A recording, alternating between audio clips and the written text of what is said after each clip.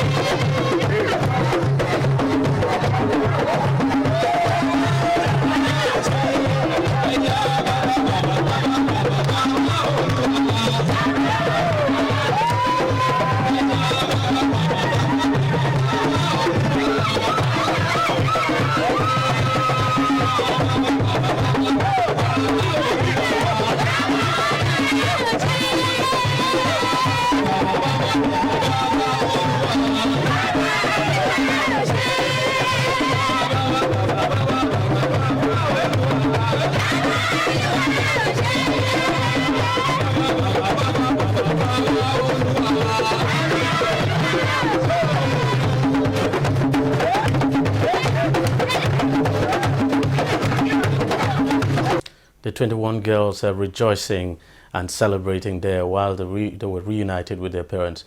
Meanwhile, a group known as the Peace Corps of Nigeria says it has set up a Chibok Girls Endowment account to cater for the well-being of the released girls. Speaking at the signing of a Memorandum of Understanding in Abuja, the National Commandant of Peace Corps of Nigeria, Dixon Akor, says the account was set up in collaboration with the Africa Support and Empowerment Initiative.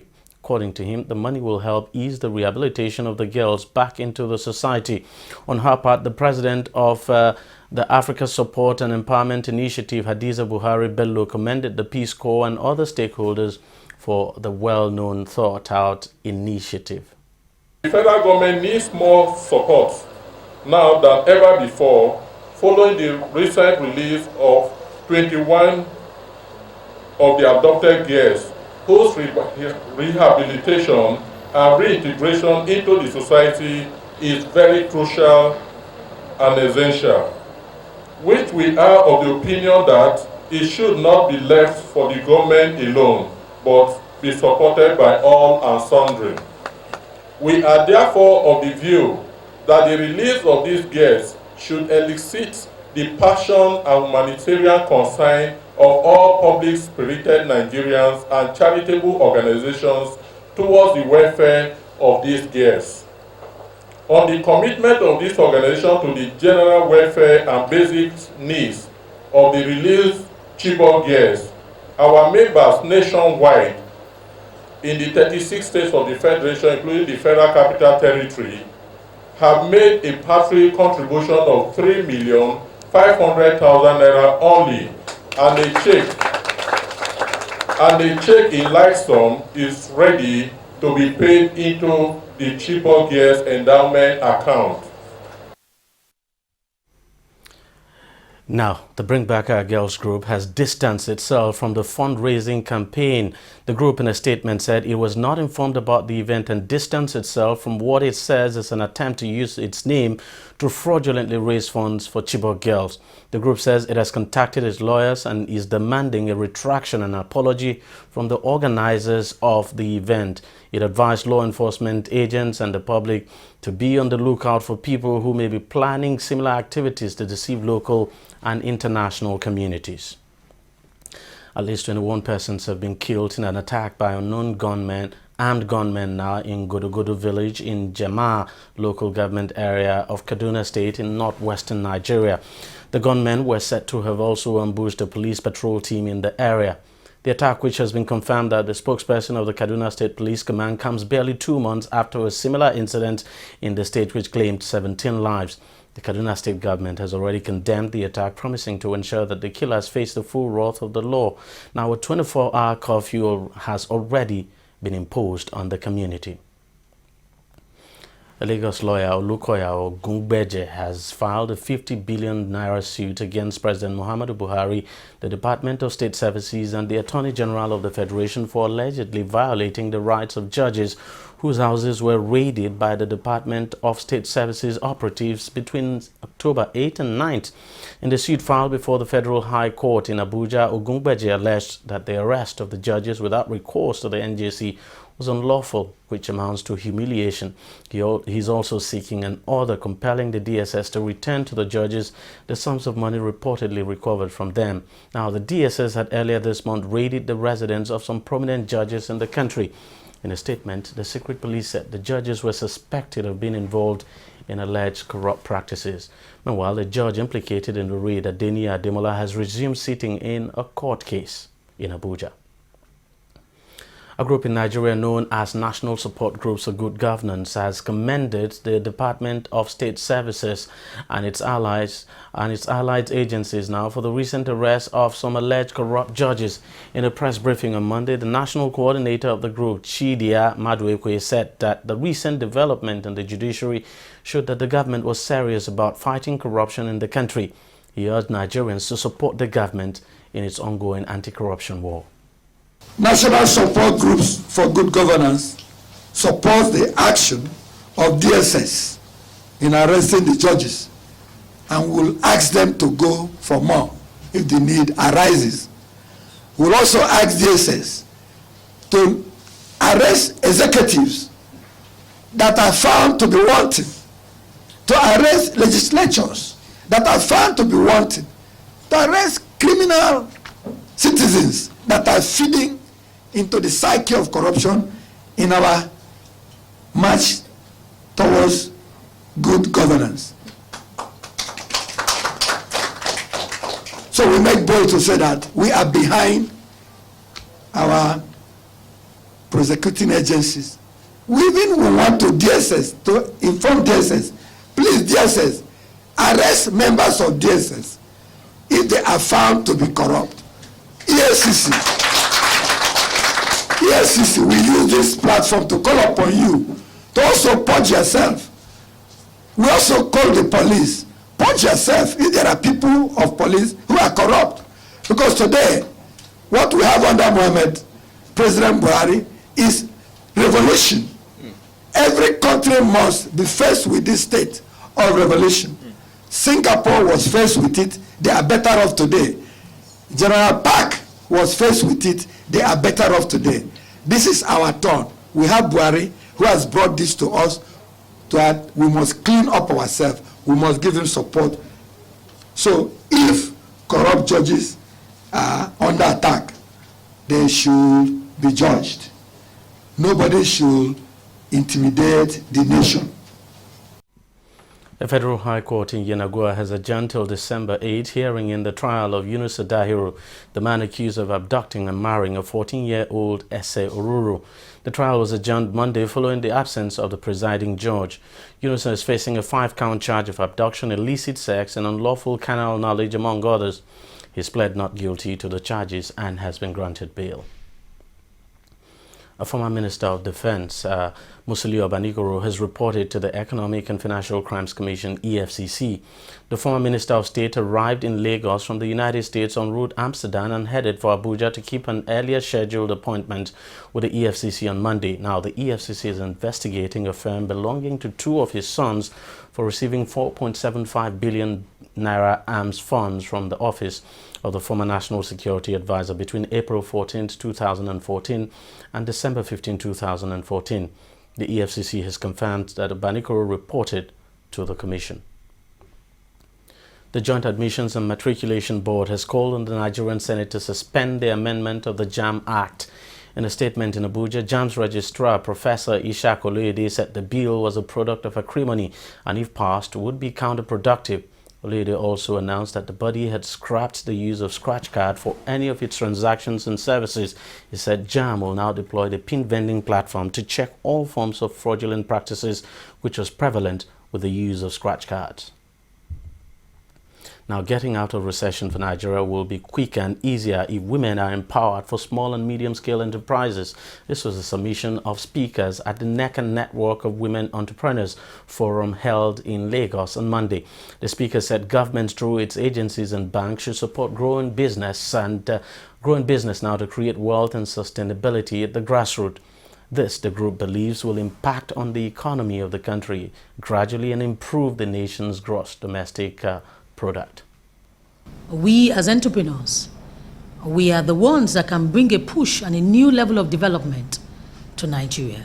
The aspect of looking inwards, because whether we like it or not, this is the best time also for local products. Yeah. And so we are beginning to encourage our members that are in that aspect to say, this is the best time for you. Especially a lot of industry that are import dependent are actually looking for the way out right now, for local products. And so this is the best time for us, and there's also the agri sector took that up, and they are looking for a space for farmers market so that our produce from the farm, especially organic ones, can be sold to people that are looking for it. Now, the women entrepreneurs want the government to discourage too much dependence on export and encourage local production as a way of creating employment and reviving moribund companies, while advising women to seek entrepreneurship knowledge. There's a saying that says the future is not something we enter, it is something we create. So in essence, it's not about wishing and hoping that certain things will happen in the future. We're saying there's a need to begin to prepare for the future. Today is the harvest of yesterday, just as today is the seed of tomorrow. As the federal government of Nigeria prepares to finalize its 2017 budget, top Nigerian celebrities are urging the government to invest in health as stipulated in the National Health Act of 2014. Now, that act wants the government to set aside 1% of its federation account to fund all aspects of the health sector for the benefits of the citizens. Speakers at the launch of the One campaign's new public service in Lagos want government to keep its commitment to the 2001 Africa's Union Abuja commitment. Correspondent Biola Ismail has that story. 15 years ago, all African governments made a commitment in Abuja to increase health spending to 15% of their national budget. But Nigerian policymakers have never met the Abuja declaration. Only 4.3% of the country's budget is allocated to health in the 2016 appropriation bill, while the National Health Act 2014 has not yet been fully implemented. Only 7 spend less per capita than Nigeria does on health. It's in its bid to change the situation that the One Campaign group engages Nollywood celebrities to join in this campaign to demand urgent action and get government to invest more in public health. Forces to ask Nigerians to join and fight against preventable diseases. We're not talking of the big names now, and illnesses, by demanding that our government invest more in our health care. This crisis in our health system has a negative impact on all of us. A conscious effort at making every Nigerian realize that there is a need to push forward this act, to have 1% of our federation account, dedicated to health and health purposes. you know, and that can be funded. That act can be funded by having at least 1% of this federation thing. And at the end of the day, it's for the people. The group believes, if fully implemented, the National Health Act 2014 could save the lives of over 3 million mothers, newborns, and children under 5 by 2022. Nigeria has the second highest burden of pneumonia in children under 5 years. A lot of people don't know this. We are second to India. So and this is what's killing most of our children, only malaria kills more for young children under 5 than pneumonia. So these are there. So when you have a good primary health care, and these things are preventable. Deputy Director of One Africa, Nachilala Nkobo, says while other African countries are improving their health indicators, inconsistent and insufficient health funding in Nigeria has made access to basic life-saving health services a luxury for ordinary Nigerians.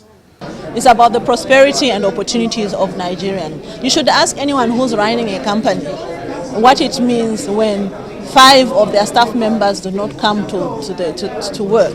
It means that productivity actually goes down. It also means for those families, they won't have the salary for them to be able to put food on the table. So there's really a strong connection between health and wealth, and if the focus is not moved to that at the grassroots level, and if the focus is not moved to that at the government level, whether it's the state level or it's at the federal level, the country cannot achieve its potential. Despite being Africa's biggest economy, Nigeria spends relatively little on its health public sector. Facilities at public health facilities are often poor. Public hospitals are mainly consulting clinics. The country has one of the highest maternal-maternity rates on the continent. One campaign believes the 15% budgetary provision it is advocating can begin to make a huge difference. Abiola Ismail, TV360 Lagos. We'll take a short break now, and News Now will be right back.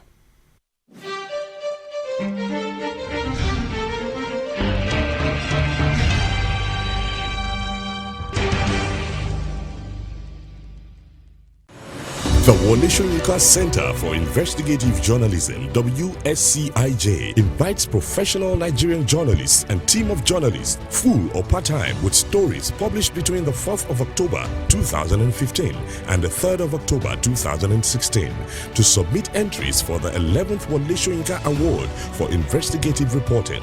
Award categories include print, radio, television, photo, online, and editorial cartoon. Submission deadline Monday 24th October 2016 by 4 p.m. All entries to be submitted at the WSCIJ office, number 18A, Abiodun Shobanjo Street, off Latif Jakonde Road, Agidimbi, Ikeja, Lagos. For more information, please visit wscij.org or call 0908-251-5179. Investigative reporting is the vital force for the restoration of human dignity. Wole Soyinka.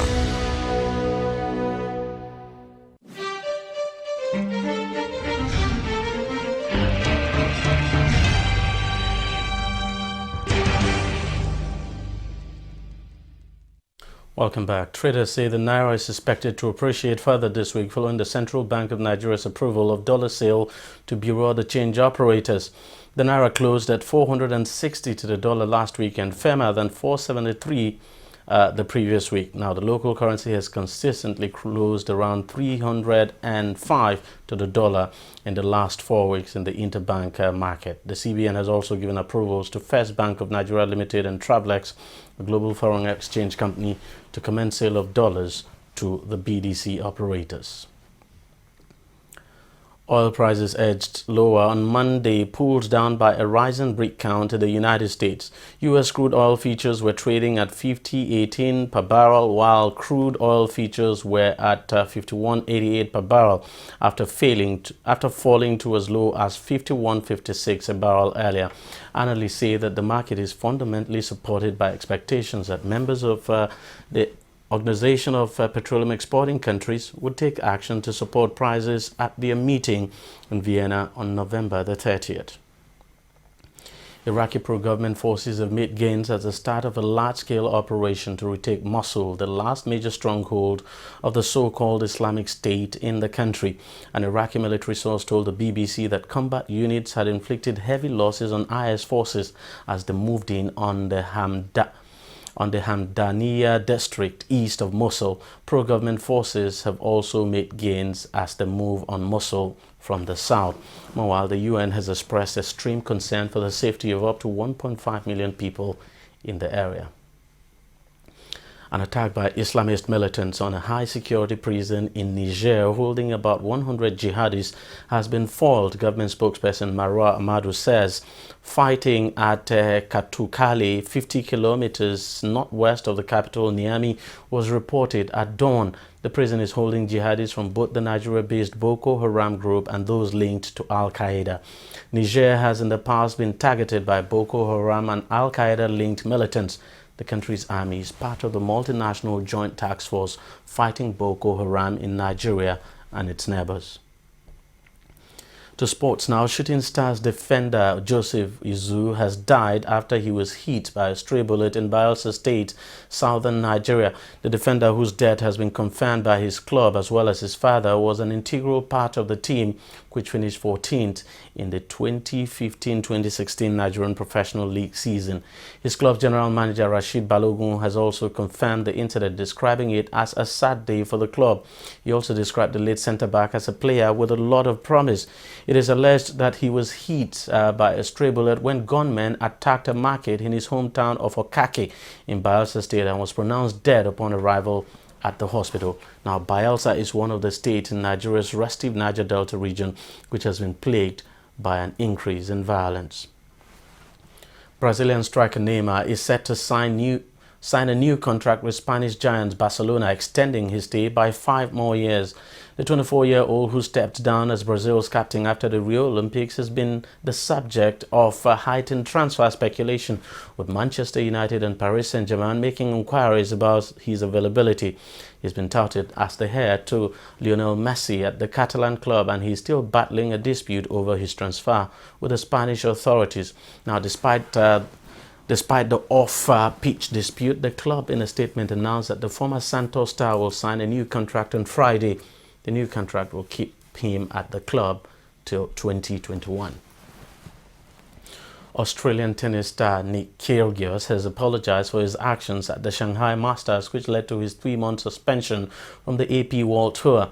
The world number 14 was also fined $25,000 for offences which are contrary to the integrity of the game. In a statement after the ban was announced, the 21-year-old explained that his behavior at the Shanghai Masters was because he was physically and mentally tired after playing a lot of matches in a row. However, he also admitted that he had no excuse and apologized for his action. He also added that he respects the decision of the ATP and will not appeal the ban. Well, that's it in news now for now. Thank you very much for watching. Continue to stay tuned to TV360.